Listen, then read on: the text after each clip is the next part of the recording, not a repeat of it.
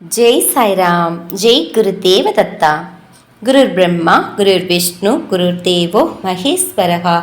गुरु साक्षात् परब्रह्मा तस्मै श्री गुरुवे नमः। अक्कलकोट श्री स्वामी समर्थ லீலாமிருதம் அத்தியாயம் 178. பசியை தணித்தல். அன்னபூரணியின் விருந்தோம்பல். ஒருமுறை ஸ்ரீ சுவாமி சமர்த்தர் கோனாளி என்கின்ற கிராமத்திற்கு அருகில் இருக்கும் காட்டில் பயணித்துக் கொண்டிருந்தார். அவருடன் 100க்கும் மேற்பட்ட சீடர்கள் இருந்தனர். அன்று ஸ்ரீ சுவாமி காலையிலிருந்து உணவேதும் சாப்பிடாமல் தொடர்ந்து பயணத்திலேயே இருந்தார். அனைத்து சீடர்களும் பசியால் வாடிக்கொண்டிருந்தனர். அனைவரும் ஸ்ரீ சுவாமியை ஏதாவது ஒரு மரத்தின் கீழ் இளைப்பாறினால் தாங்கள் உணவு தயாரிப்பதாக கூறினர். அன்னபூர்ணி உங்களுக்காக உணவளிப்பாள், வாருங்கள் என்று கூறியவாறே அடர்ந்த வனப்பகுதியில் சென்று கொண்டிருந்தார். சூரியன் மறையத் தொடங்கியது. ஸ்ரீ பாதப்பட் அறையில் படுத்துக்கொண்டு, எங்களால் பசியை தாழ முடியவில்லை, எங்கள் உயிரை எடுத்துவிட்டு நீங்கள் கிளம்புங்கள் என்றார். உடனே மகராஜ் ஒரு மாமரத்தின் கீழ் நின்று கொண்டார். சேவகர்கள் அந்த இடத்தை சுத்தம் செய்து சமையல் செய்வதற்காக ஆயத்தம் செய்தனர். தண்ணீர் கொண்டு வர ஒரு மைலுக்கு அப்பால் செல்ல வேண்டும். ஸ்ரீ பாதப்பட்டும் மற்ற சில சேவகர்களும் தண்ணீர் கொண்டு வந்தனர். மகராஜிடம் ஏதாவது சாப்பிடும்படி அவர்கள் கேட்டதற்கு, நீங்கள் அனைவரும் முதலில் சாப்பிடுங்கள், பிறகு நான் சாப்பிடுகிறேன் என்று கூறினார். மகராஜ், இந்த இரவில் இவ்வளவு நபர்களுக்கு எப்படி உணவு கிடைக்கும் என்று ஸ்ரீபாதபட் கவலையுடன் வினவினார்.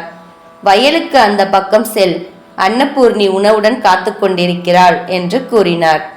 அங்கு யார் இந்த நேரத்தில் உணவுடன் காத்திருக்க முடியும் என்று சில சேவகர்கள் சந்தேகத்துடன் வினவிய போதும் ஸ்ரீபாதபட் எந்தவித மறு யோசனையும் இல்லாமல் ஸ்ரீ சுவாமி கூறிய இடத்திற்கு விளக்குகளை ஏந்தி கொண்டு சென்றார்.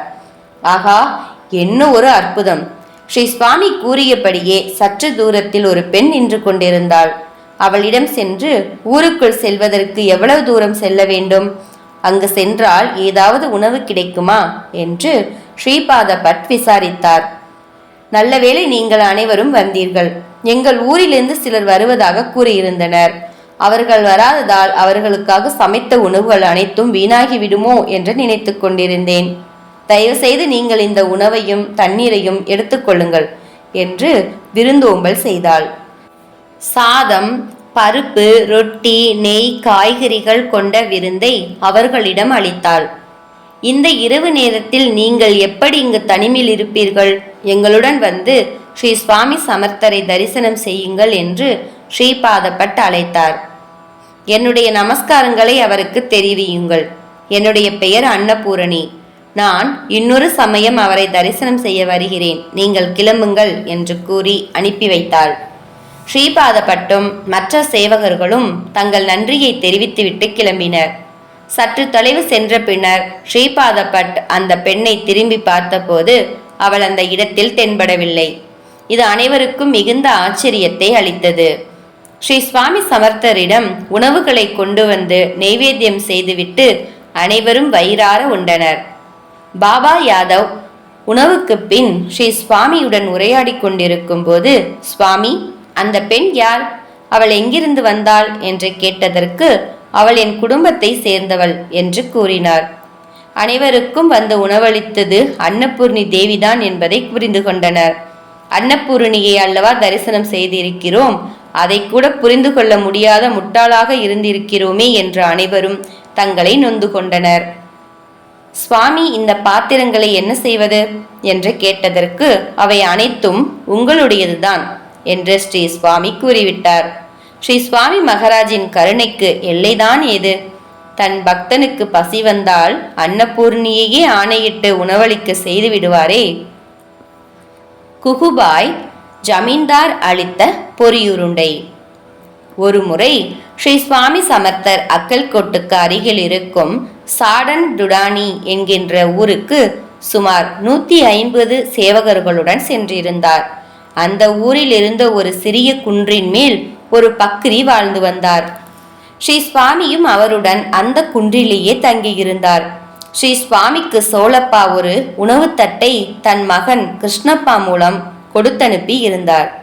ஸ்ரீ சுவாமி அந்த பக்கிரியையும் அழைத்து உணவை பகிர்ந்து கொண்டார். அப்போது சேவகர்கள், மகராஜ் பசியில் எங்கள் உயிர் போய்க் கொண்டிருக்கிறது என்று கூறியவுடன், ஏன் பசியால் சாக வேண்டும்? உங்கள் வயிறு முட்ட பொறி உருண்டை சாப்பிடலாம் என்று கூறினார். அப்போது உடனே குகுபாய் ஜமீன்தார் தன் மகனுக்கு மொட்டையடிப்பதற்காக தன் குடும்பத்துடன் ஹைதராபாத்தில் இருந்து அங்கு வந்து சேர்ந்தார். அவர் ஸ்ரீ சுவாமியை சாஷ்டாங்கமாக நமஸ்கரித்துவிட்டு கைகளை கூப்பியவாறு நின்று கொண்டிருந்தார். மகாராஜ் அவரிடம், என் குழந்தைகள் பசியாக இருக்கிறார்கள் என்று கூறியவுடன் அனைவருக்கும் குகுபாய் ஜமீன்தார் தாராளமாக பொறி உருண்டைகளை வழங்கினார். அடுத்த நாள் அவருடைய மகனுக்கு மொட்டையடிக்கும் விழா இனிதே நடந்து முடிந்தது.